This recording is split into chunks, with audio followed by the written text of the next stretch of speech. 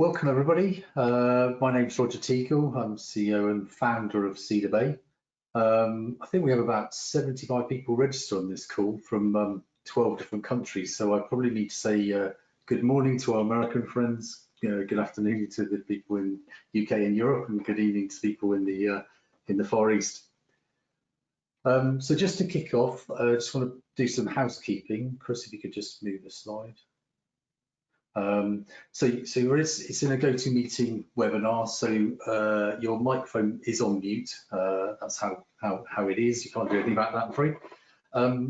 There is a question box in the panel on the right hand side. If you do have questions all the way through, any way through the presentation, please ask them. There's a little bit of a delay about when it gets to us, so it's nice if we get questions and then we've got some to answer at the end. We will make a report recording available. This is being recorded, and we'll send out a link with a survey about how useful you found it, and that'll have a link to the recording, and it will be up on our website shortly after that. So just go to the next slide, Chris. So this is the second in our world-class manufacturing series. These are running alongside a series of webinars on how-to sessions for our IFS barcode and data capture products, which I know many of you use. They'll be available, all of them will be available on our website if you want colleagues to look at them. I asked Chris to run this session after we had some great feedback from customers on what we've done for them to improve their forecasting and planning processes. To me, one of the fundamentals of world-class manufacturing facilities is strong and effective planning loops to stabilise the manufacturing and supply chains.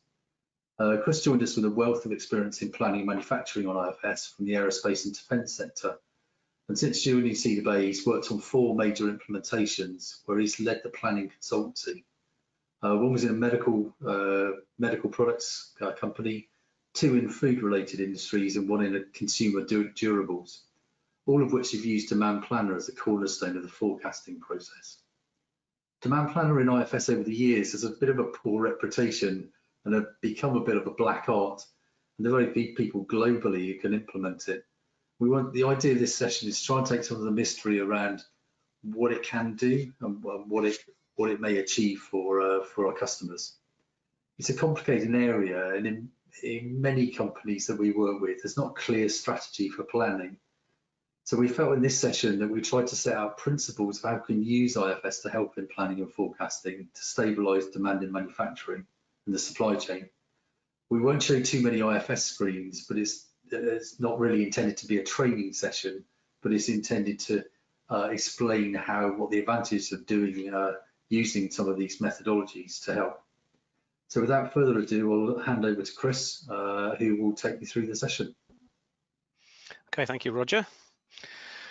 So today we're going to focus on getting the best out of the planning options in IFS at a relatively high level. So this will be demand in the form of a forecast and supply using a master schedule. Here's what to expect. Firstly, I'm going to position our demand and supply planning in IFS and where it fits amongst the other tools and methods in the portfolio. Then we'll have a look at the IFS Demand Planner and go into some of the key features and considerations. And we'll look at how Demand Planner can show forecast accuracy and how to identify outliers. Then look at scalability. IFS has a very strong multi-site and collaboration features within demand planning. And then we're going to switch over to supply, have a look at how the master schedule can be used to produce a supply plan that satisfies the forecast but is independent and protected from that demand variation that we see. And in particular, I'll go to show how the master schedule can be used to stabilize the supply chain using the planning time fence. And we'll also look at the automation of safety calculations and how this works based on a given service rate that we want to achieve. And then finally, we're going to close the loop on demand and supply by seeing the effect of the actual demand on the supply plan through forecast consumption. So here's an overview of the planning options in IFS, organized from top to bottom in terms of the normal hierarchy in an organization. S&OP is typically a senior management activity operating across all the functions in the business. And normally from a supply chain aspect, we're concerned here with product groupings or families rather than the specific individual part numbers. And usually as well measured in terms of sales value rather than units. The next level down is where we manage our supply and demand, and this really is the focus of the webinar. And at this level, I'd still consider this to be a management function and a key component of that S&OP framework. But at this level, we are more likely to be working with part numbers and quantities. So here, families would get disaggregated into specific part numbers, and any sales values would be converted into units. But at this level, we're not getting too bogged down in the detail. The RRP element, resource planning, I'm not including today just purely because of the time available. Most people will know this as rough cut capacity planning. This would be used primarily to look at the kind of longer term capacity requirements, but also with demand and supply, we're also looking at the integrity of that supply plan. Are we able to achieve a plan that we set ourselves? Below the supply and demand level, this is where your material requirements are handled, along with a lot more detailed capacity planning. And chucking a forecast straight at this level often doesn't give us benefits we hope for. This is the domain of our MRP and CRP in IFS. And that gives us our detailed information about start-finish dates, requirement dates, and day-by-day capacity load on work centres and labour classes. And as much fun as that is, I'm afraid I'm not covering that today. Then right at the bottom of the hierarchy, finite capacity scheduling. In more recent times in IFS, this has been the advanced planning board, or now the manufacturing visualizer. And this is where a planner can take control of all the details of a shop order build with the ability to sequence based on efficient setups, manually drag and drop operations to specific times and dates, and also handling material shortages with automatic rescheduling of shop orders to match supply availability. So it's the dark blue bits I'm going to focus on here, and we're going to go into that detail on the forecasting side with demand planning and master scheduling. So before I start, this is the first of our survey questions. It'd be really good for us to get a feel for where you all are with your current forecasting processes. So if you can answer a quick question on us on how you currently forecast. So you've got a poll open message. How you currently forecast in IFS, if you do, or if you have external systems or packages that are linked to IFS, whether you do your forecasting on spreadsheets, which may be linked to IFS, and whether you do any kind of external forecasting that is not integrated into IFS, and the last option, which is you don't use forecasting at all. So it'd be really good to see how people are currently handling forecasting. So I'll just give a minute or so for people to be able to answer that question, and we'll see where we are.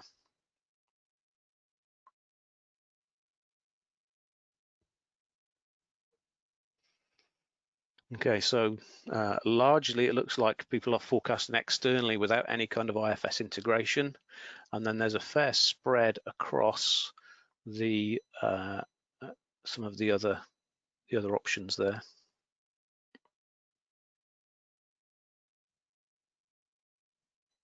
Let's give it another few seconds just to see if the results are still coming in. Right, so that looks like about a third of you, I would say, are forecasting externally with no integration into IFS, which is interesting.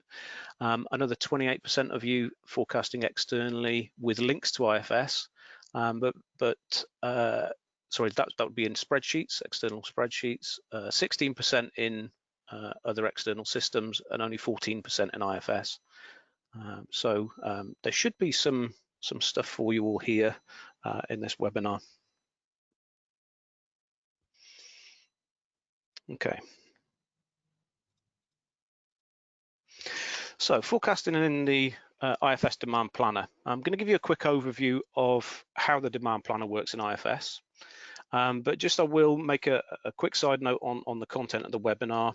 The options and the functionality of both the Demand Planner and the Master Scheduler are actually far too extensive for me to show today. So I'm going to keep it to some fairly basic explanations of the operation, assuming that you don't really have a very high level of familiarity with the tools, as the survey would suggest. So going into how the Demand Planner works, the Demand Planner is used to automatically generate a forecast from a sales history. So we take the actual sales history in IFS and apply a forecast model to that sales history, and this generates what's called the system forecast. IFS can automatically select the best model, or you can tell it, and there are a number of different forecast models that could be applied based on the type of data that or behavior of the history of the part. So just an explanation on what we can see here.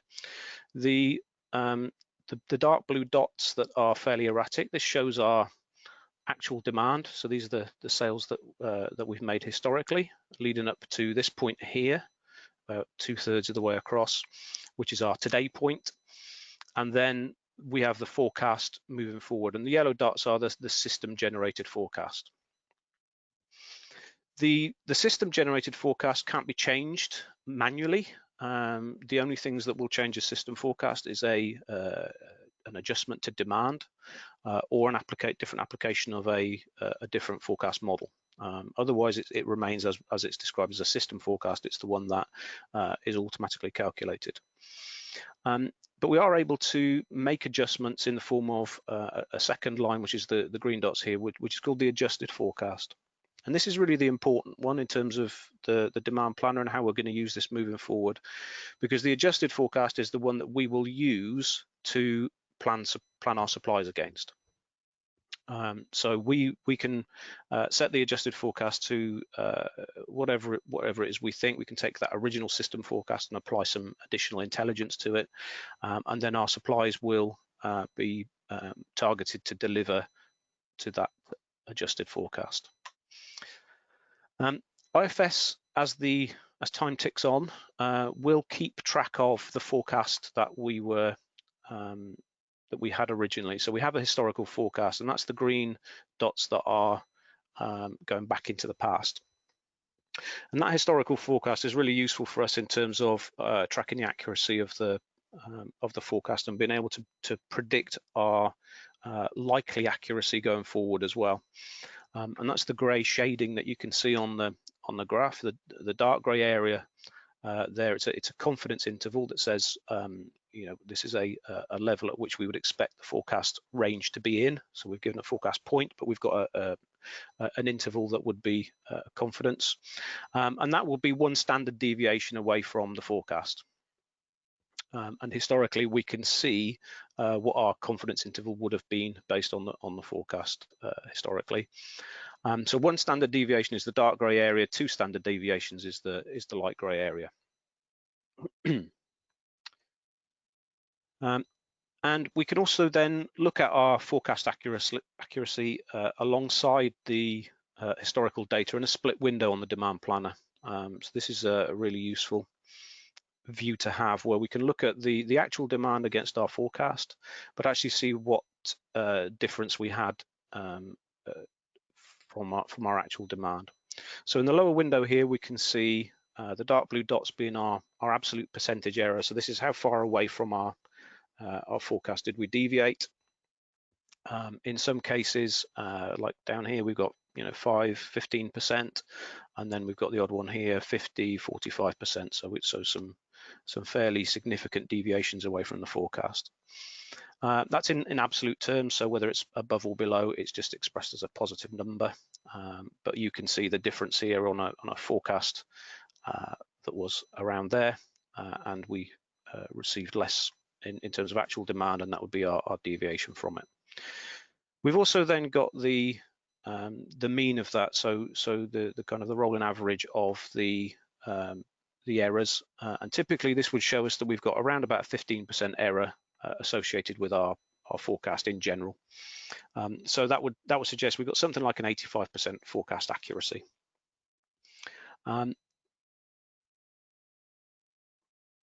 Okay. We can also see this data in a table, and again we can see the standard deviations coming through in our demand. So anything that is a white square or a white shaded box, that would be anything that's fallen within that one standard deviation. So as long as it's within the one standard deviation, it doesn't get highlighted. If you're outside of one standard deviation but inside two, then it will be a yellow shading, such as here. And then anything that is outside two standard deviations, which would be a significant error, these are highlighted red, so that we can have a look at those. Now, one of the things that we can do with the outliers in the demand planner is to clean them up, because it may be that your outliers are erroneous transactions in terms of forecasting. So it might be that you've had an occurrence of something, some events happened, and it shows as an outlier in your demand, but actually you don't want to take that forward. So for instance, if we've got a huge number that's different here, 1,800 versus 1,100 on the previous month, maybe 700 of those were an exceptional event that we don't want to use in our forecast going forward. So we're able to clean the data up, and in our demand planner, you've got your actual demand, but also your adjusted demand, so you can actually make those changes directly in demand planner.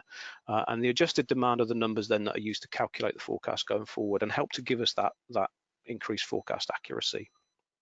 It's a very extreme example recently in one of our food manufacturers who supplying the hospitality industry, where obviously COVID's had an effect on their business, and a couple of periods historically they've got zero sales. Now that might be useful in forecasting terms if we were expecting another national lockdown anytime soon, but we might want to actually tidy those up to give us better forecasting going forward, because any kind of zero values in a forecast would have an extreme impact on the projected numbers. So that's an example where we've used that recently.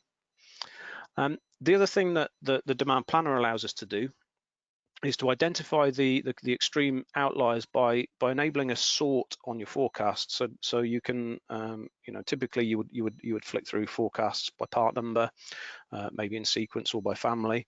But what you're able to do is do a sort by the error. So you can actually highlight those so that the most extreme cases are at the top, which allows you to focus. If you've got a lot of parts in a forecast, in the tens of thousands maybe, highlighting the ones that need the attention is really important. So being able to sort by the error gives you that ability to focus on a small number of troublesome parts. Okay, so on to some more of the scalable aspects of the demand planner. Where forecasting is required on multiple sites, collating those numbers can be a challenge, particularly when you have a network that has a lot of different nodes in it. This is a typical arrangement with selling sites that are sourcing from regional distributor sites, which are supplied in turn by centralized production sites. And there's a lot of data that has to be collated in this setup. In IFS, the forecast setup is entirely user definable, and you've got the opportunity to aggregate these forecasts at multiple levels. Individual forecasts can exist at these selling site levels, and then what we can do is we can use that information from the individual forecasts at each site to aggregate into the distribution site. So rather than having a separate forecast for a distribution site, we can use all those numbers and aggregate those down. And those can also then be further aggregated at the lower levels down to production site as well.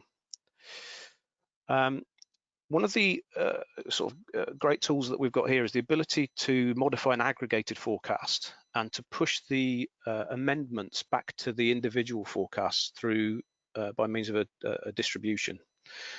So the IFS will take an aggregated forecast, and here's an example in the grid below here, where we've got an aggregated forecast and for a single part number, and IFS will tell us what percentage share each site has input to that forecast. So 50% of sales of this part would go through site 1, 39% would go through site 2, and 9.5% would go through site 3.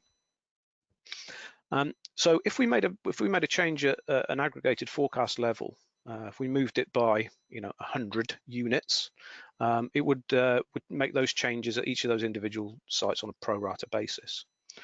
The other thing that the demand planner will allow us to do is by making that aggregated change, it also gives us a grid to show us what the results would be before we apply the change.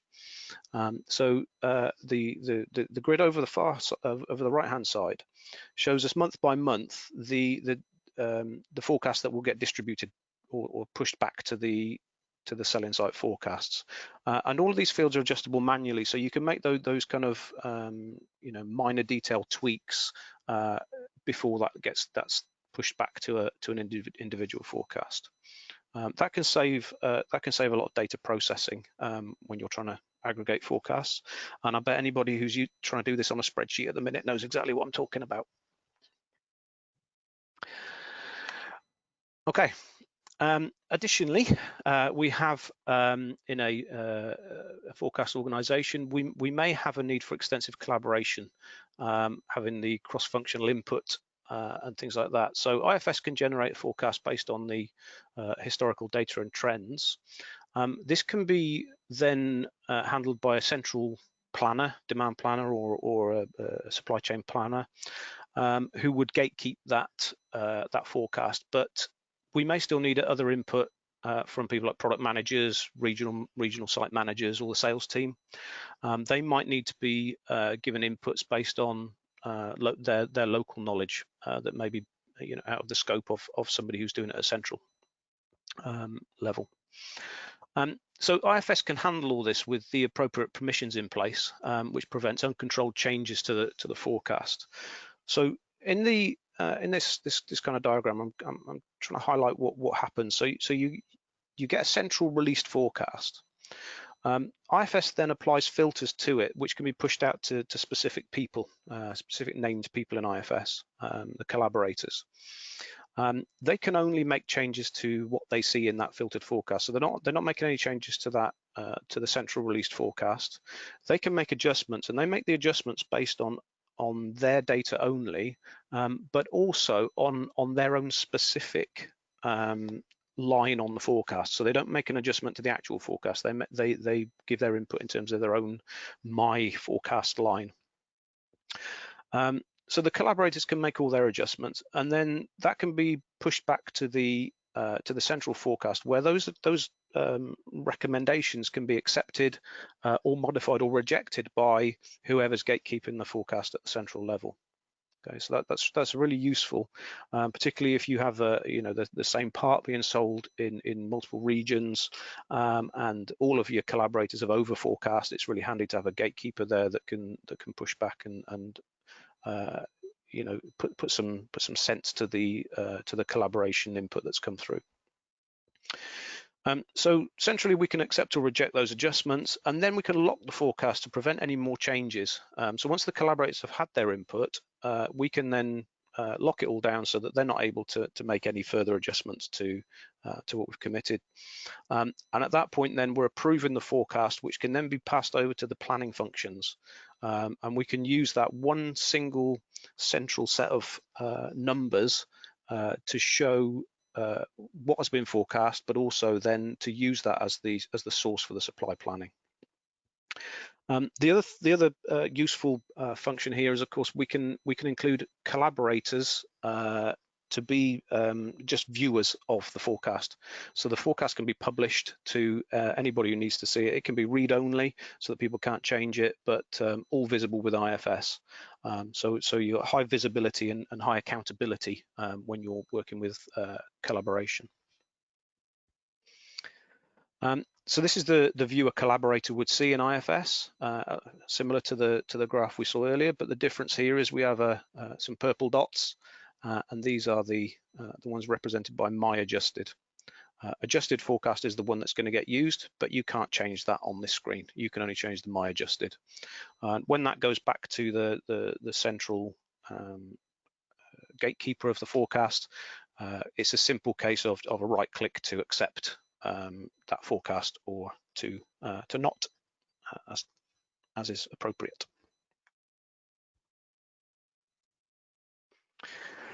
Okay, so I want to go over now to the supply planning element. So given that we've now got a forecast which has had input, we understand the accuracy of the forecast, we've had collaboration on it, and we've been able to aggregate all of the forecasts from multiple sites. We take that approved forecast, and that's then loaded into the master schedule process. The master schedule process in IFS is an automation of creating supplies to meet demand, and that is then the MS supply is the output of that process.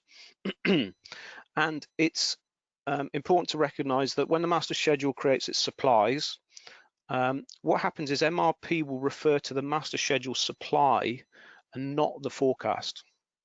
Right. So what we're doing here is we're putting a kind of step in between the forecast and the MRP, effectively buffering supply and demand.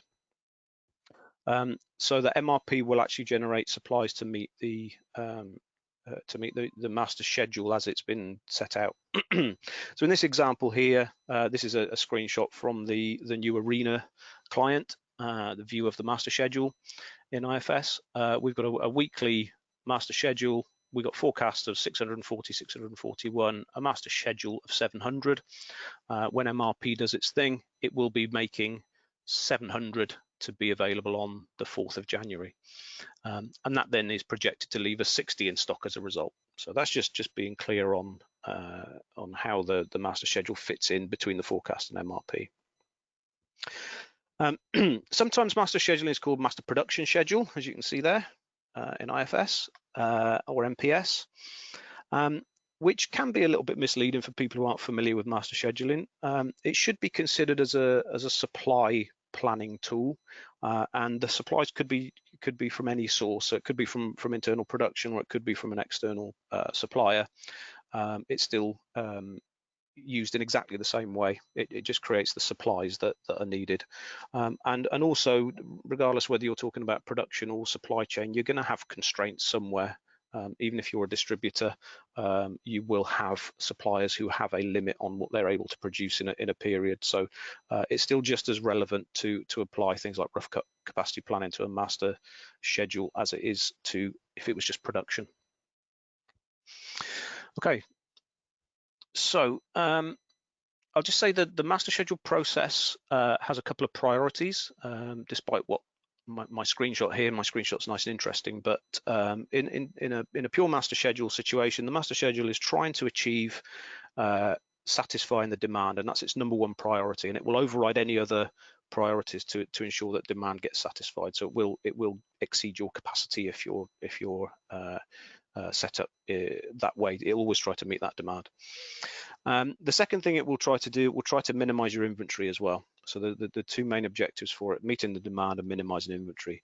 So in a kind of a clean master schedule situation where you're not fixing any of the supplies, it will behave very similar to MRP. So if MRP has a demand and a date, it will create a supply for that same date, and master schedule will attempt to do that. And what we're going to do now is just go through an example just on these sheets with a few numbers. I'm just going to chuck some numbers at you just to show you the behavior of this master schedule process as it works in IFS. And then we'll have a look at what that looks like at the end of the day. Okay, so I'm going to start with this example, which is a very simple single part number, demand and supply. I've got a forecast for January to May that looks a little bit like that. And the master schedule, as I said, will be attempting to meet the demand without building inventory. So you've got a back-to-back supply against that forecast. I'm going to set an arbitrary capacity for my supply chain at 600 units per month because the numbers work out nicely if I do it that way. And we can see that the average forecast is 580 units per month. So theoretically, my supply chain is capable of producing the demand that we forecast. But in reality, what's happened with the master schedule is it's created me 2 months, March and April, where the total supply that it's planned is in excess of the supply chain capacity. So we need to sort that out. And so I've done that. And what I've done is I've created a master schedule that now is independent from the forecast. It's a different set of numbers to what we've got forecast. It meets the requirements of the supply chain, so I know I can produce that quantity at the cost of some inventory. So I'm having to build in advance so that we have enough master schedule supply to be able to satisfy the forecast as it stands.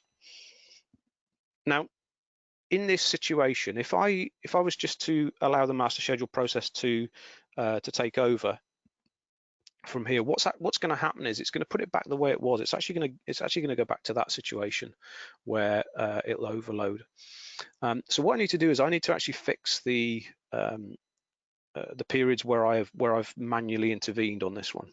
And this is what the planning time fence is used for in IFS. So here what I'm doing is I'm setting a planning time fence here for 3 months. That allows me to fix my master schedule for January, February, and March. And what it does, it prevents the master schedule process from making any automated changes here. So the master schedule process now can't touch January, February, March. That's up to me. I'm fixing that, but it's still got a free reign over April and May. And if we just have a look at what happens here, by the end of March, I've got a projected of 50 in stock as a result of my fixed period. The forecast for April is 650, so the master schedule is creating me a supply of 600, just purely because that's the way the numbers work out. And then in May, 500, because it's still trying to achieve that zero inventory level. It can't do anything about what's inside that planning time fence. And this is really the important part of the master schedule for me. This is the bit where we can get that supply chain stability, because we're not now allowing an automated process to make any changes to our supply chain, our supply plan. Under a normal MRP situation, if we had any variability in that fixed period, MRP would be giving us messages to reschedule things, and quite often these get passed straight through to a supplier or straight through to production without the proper controls in place.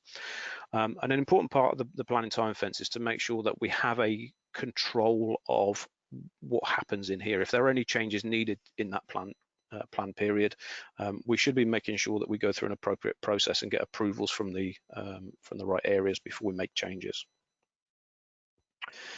So I'm just going to have a look at now what does happen in that period. So I've increased that February forecast from 450 to 550, adding 100 in, and you can see there we've ended up, because the master schedule process not allowed to change anything in the fixed period. We've ended up with a negative 50. We had 50 there originally. So in March, what I can see, the effect of the change is that in March we're going to be unable to satisfy the entire forecast as it was set out. So this is really important. This gives us that warning when something changes inside in the plans inside the planning time fence. We're not automatically knee-jerk reacting to that and trying to expedite things. What we're seeing is there's a problem here and we need to resolve it. And this needs to be resolved, again, using master schedule as a managerial kind of supply planning tool. We're saying we need to make some kind of a management or commercial decision about this. It could be that we need to go to the supply chain and put pressure on to increase output. But if we've got a hard constraint, as in my example, I can't do anything about that. There's no way I can produce more than 600. So we're going to have to do something else. Not only that, because the master schedule is trying to meet demand, it's going to take this negative 50 that we've got inside the planning time fence and add it to the demand we've got in April and try to make me 700. So I've got a problem in April as well, and I'm not going to be able to satisfy all of April because of that problem. And actually, I'm going to generate a plan that I can't achieve either. So I'm just going to jump one step forward and extend the planning time fence to ensure I've got a completely fixed period limited to 600. That then allows me by May to deliver all of forecast, but you can see the impact of the 100 extra will affect me until May. So I've got a recovery time. I know exactly when I'm going to recover that problem. Okay, so this is the view of IFS these days in the Arena client. Anybody who's still on an IFS 9 or 10 probably doesn't recognize this to look like this on a master schedule, but this is what it looks like these days. And this is the master schedule. I've created here a weekly master schedule with forecasts ranging from 640 up to 753. My consistent supply 700, and I've got this column here within PTF. That's my planning time fence. So it's fixed all the way down to there at 700, and from then on the master schedule is process is kicking in and leaving me with zero inventory and meeting the requirements of the forecast. And you can see my projected balance is increasing up to the point at which I get a higher demand than my supply, and then decreasing. And this is the normal behavior. If you are stabilizing the supply chain and you have a fluctuating demand, what you will see with a master schedule is this kind of up and down of inventory. And graphically, you can see this on the chart here. The forecast is shown as below the zero line, so this is all the demand. And then above the line, we have the supplies. The red is the planning inside the planning time fence, and then the blues are outside the planning time fence. And we've got a green line across the middle here that shows our inventory, so we can actually see what's going to happen to our inventory over that period of time based on the plan that we've got.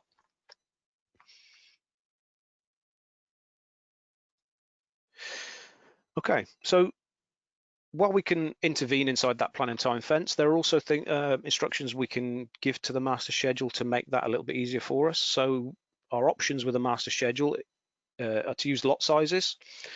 We can use the minimum multiple lot sizes to constrain the master schedule to make a certain amount. So instead of doing exactly back to back, it will build a little bit of inventory if you tell it to build in specific lot sizes.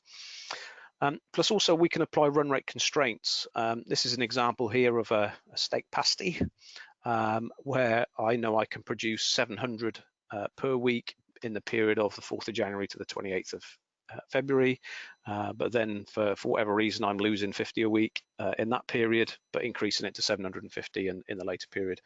And this is a run rate that you can apply. It's actually a constraint, it's a limit that you can apply to your master schedule, and what the master schedule process will then do is it will then prioritize this over inventory.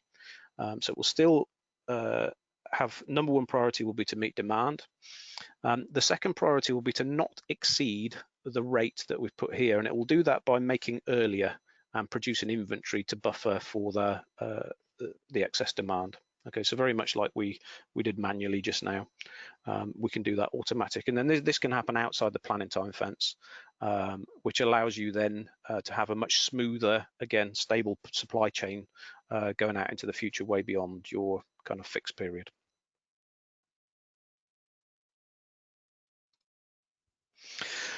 Okay, so we've been looking at an example where the level that the master schedule was working at was 0, but we can apply safety to the master schedule and allow the process to plan above a safety stock level. And master schedule will treat safety stock as a 0 point. So whatever we put in here, it will assume that you won't consume it with anything that's forecast. So all of the supplies will be planned above it. So looking back at our demand planner, we've got our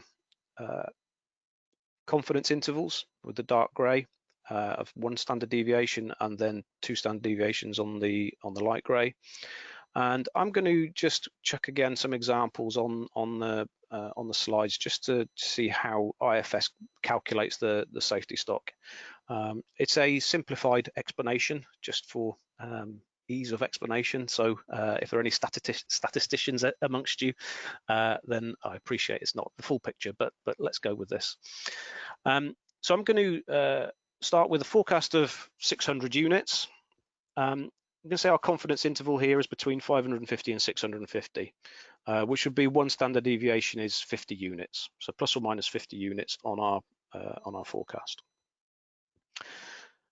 If we have a desired service rate, so 90% on-time delivery fulfillment requirement, then the service rate gets converted to a constant called the safety factor, and there are different safety factors per service rate, which I'll show you in a second. But in the case of a 90% service rate, it gives us a safety factor of 1.3. And the way IFS calculates our safety stock here is basically to multiply the safety factor by that one standard deviation value. So this would give us a safety stock of 65 units. So what that means is when the master schedule process runs, it will create supplies to ensure you've got inventory to meet the demand plus an extra 65 units. And this guards against the variation from the forecast. So when we're looking at our forecast errors previously, we're now starting to take those forecast errors and that forecast accuracy into account in our supplies by making sure that we've got buffer that adequately addresses some of that variation to a point, though, to a limit. And our limit here is that we're gonna aim for a 90% service rate. We can see how that inventory might change. So service rate of 96%. Your safety factor is 1.75, so your safety stock would be 88. And if you wanted a service rate of 98%, safety factor is 2, so that gives you a safety stock of 100. Okay, so there's a couple of ways here we can look at using the information here to reduce our inventory that we need to hold to buffer against that supply chain variability. Number one is obviously managing the service rate. So having a service rate that is commercially viable is a good start. But also forecast accuracy. The more accurate you can make your forecast, the less safety stock that you're going to need. And IFS can be used to automatically calculate those on a rolling basis.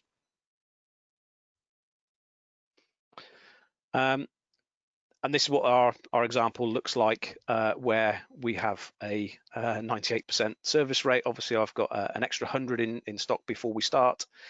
So when the change is made to the demand in February, I don't run out of stock, but I do go below the safety levels, which is why it's highlighted red, because once you go below safety levels, you are then at risk of being unable to supply. So just an example of how the safety gets used in the master schedule.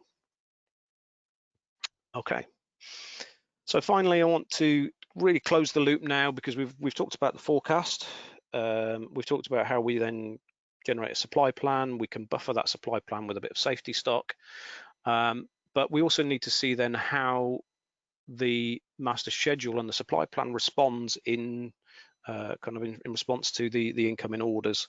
So we're just going to go through and see some orders coming in. So January, we've taken orders 200, 550, February 400. In all that time, we've not seen any changes made to the master schedule, obviously, because we're in a fixed period, and no need to do that. Sorry, I better explain my columns here for anybody who's got a little bit lost with that one. My column is, this is our orders, our actual demand coming in. Uncoms is the unconsumed forecast. So where we've got 550 orders received in January, we've got no forecast remaining. And then our total is the total of the orders received and the unconsumed forecast, which we'll see in a second. That's important. February, 400 orders received. So we've still got 50 left of the forecast to be consumed, but we have a problem because our orders totaled in February 550. So we've consumed all of our 450, but our total demand is coming out of 550. So that has made a difference to the amount of projected inventory we've got available, because we've now taken that extra 100 out, like we saw in the first example of increase in the forecast. It's the same effect. So again, what we've been able to do here is to see off the immediate problem of that having an impact on supply chain, because our master schedule remains untouched inside the planning time fence. So again, you've got problems happening where more orders are received than forecast, but you're not handing those directly over to your supply chain. You need to have some kind of internal discussion now about what's happening here. Does it mean if we've had 100 extra ordered in February, does that mean we've got less in March to deliver? or is it an extra 100 over and above the forecast that we've got? And given that this was in addition to forecast, what are we going to do about the fact that we now can't supply everything for March and April that was forecast? Again, discussions, commercial discussions, managerial discussions that need to take place before we then try and upset the apple cart in terms of our suppliers or production. Okay, so I'm just going to just a quick summary now of everything that I've shown you. We've started off with a sales history, so we know what we've sold. Through application of a forecast model, we can convert that sales history into a projection moving forward in terms of a forecast. And with our historical forecast applied to the sales history, we can get a measure of forecast accuracy, all within Demand Planner.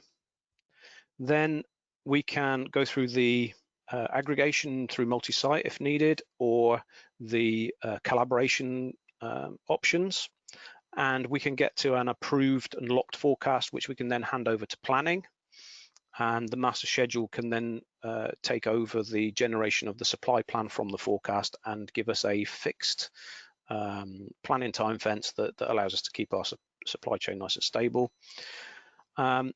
We can use forecast accuracy to generate a safety stock to buffer us against variability in demand, and apply that to the master schedule so that the master schedule can always be one step ahead, again protecting our variability further down the chain.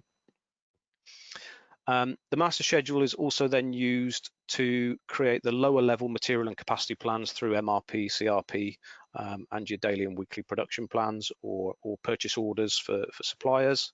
And we can also see the impact of the variation, the application of the safety stock, plus any need to build inventory ahead of high demand. And we can see the projected inventory going out into the future, and we can make commercially aware decisions about the master schedule and its impact on our inventory.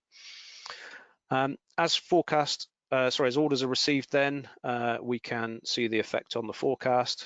Are we consuming all the forecast? Are we not consuming all the forecast? And finally, orders then appear as sales history, and the cycle continues. So that's me finished. Back to you, Roger. Thank you, Chris. So you've gone through in some detail. Hopefully it was useful to people to try and get across the ideas of what Demand Planner and master scheduling can do. It's just a summary. Obviously, gives you algorithms to generate forecasts. There's aggregation, and Chris showed that across multiple sites. Something Chris didn't show was what if scenarios, but you can have what if scenarios and analyze those. Tools for manipulation, so adding promotions or whatever on top of the forecast that IFS has generated, and then you can track history, put that into the MPS, and then use, Chris has shown how we can use the MPS to smooth production and supply chain. And I guess the big thing from an IFS point of view is one system, one set of numbers, having it all in together. So I'm just going to ask a quick poll. Chris, if you could just move the slide forward one, please. Sort of survey question, a bit of feedback to we sort of made had some interest in what we've done. Given what you've seen, do you think you will review your forecasting processes, make some minor adjustments, take some time to think about other options, or do nothing? You're quite happy with what you've seen? And then I've got a few, so the polling's in progress.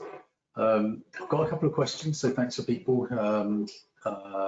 who have given me some questions. So I shall just put them out in a minute. We'll just wait for a bit of poll progress. Actually, I can ask the questions whilst people are polling.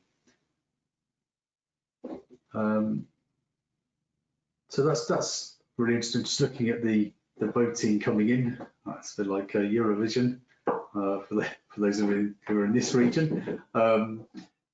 Around 55% of the people were saying taking some time to think about the options, and 30% of people were saying they think they ought to review the forecast processes.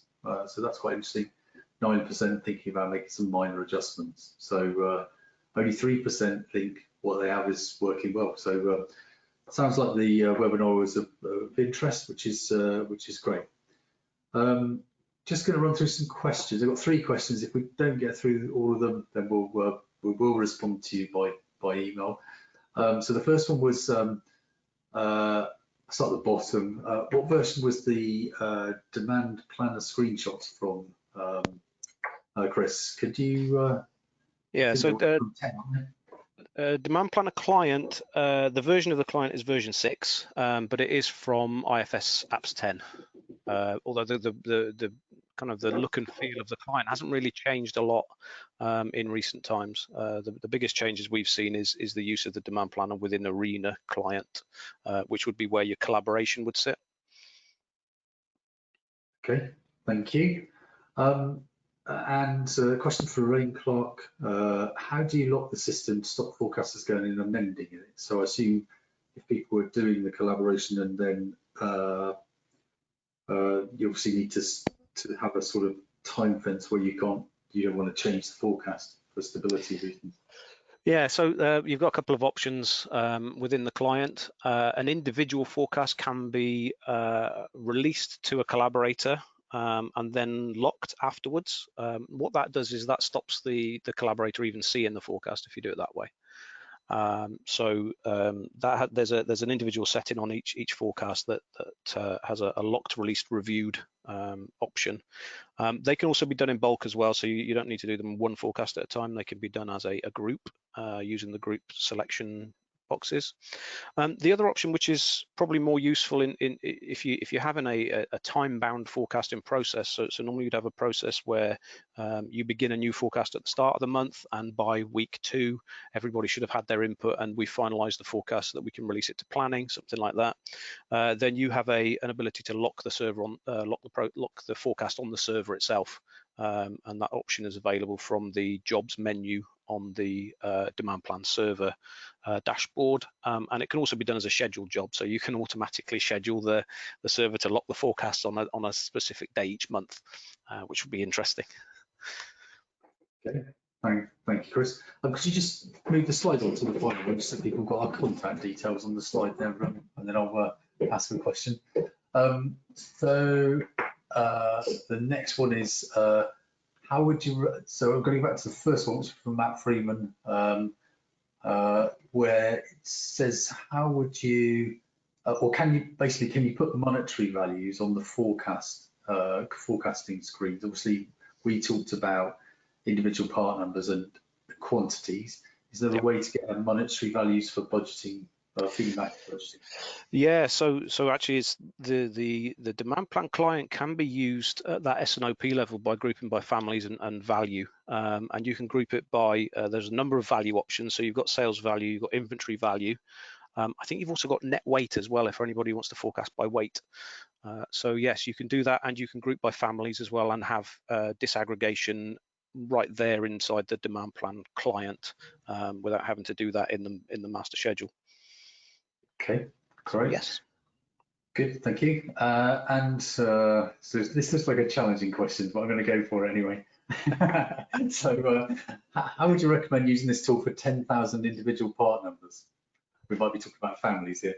Yeah, so well, it's interesting because I'm literally working with a client at the moment that does have probably, I think we were looked at 21,000 actually individual SKUs, and it's very much trying to prioritize when you've got that many. Like I said, one of the things that you can do here is use the error functionality to enable you to focus by sorting into the worst cases as priority.